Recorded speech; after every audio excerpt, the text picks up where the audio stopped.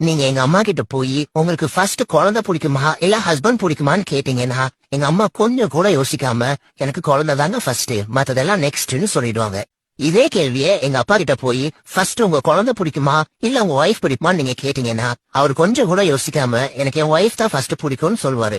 நான் கூட எங்க அப்பாவுக்கு என் அம்மா மேல இவ்ளோ பாசமா நினைச்சு, அப்பா அம்மா உங்களுக்கு இவ்ளோ பிடிக்குமாப்பா அப்படின்னு கேட்டதுக்கு, அது இல்லடா மவனே, இப்போ நான் உன்னதான் பிடிக்கும்னு சொன்னேன்னு வச்சுக்கோய, அத காரணமா காட்டி நேத்து பிறந்த பயலுக்காக என்னை விட்டு கொடுத்துட்டேன்னு சொல்லி 4 நாளைக்கு சண்டை போடுவா. அதனாலதான் அவங்க அம்மாவை தான் பிடிக்கும்னு சொல்லிட்டேன். அது மின்சாரம் சம்சாரம் அது மின்சாரம்.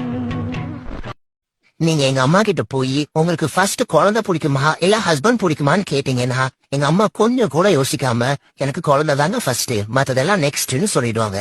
இதே கேள்வியே எங்க அப்பா கிட்ட போய் ஃபர்ஸ்ட் உங்க குழந்தை பிடிக்குமா இல்ல உங்க ஒய்ஃப் பிடிக்குமான்னு நீங்க கேட்டீங்கன்னா அவர் கொஞ்சம் கூட யோசிக்காம எனக்கு என் ஒய்ஃப் தான் ஃபர்ஸ்ட் பிடிக்கும்னு சொல்லுவாரு.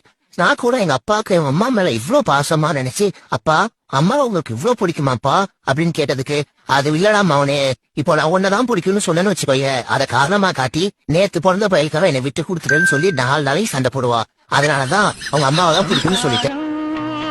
அது மின்சாரம் சம்சாரம் அது மின்சாரம்.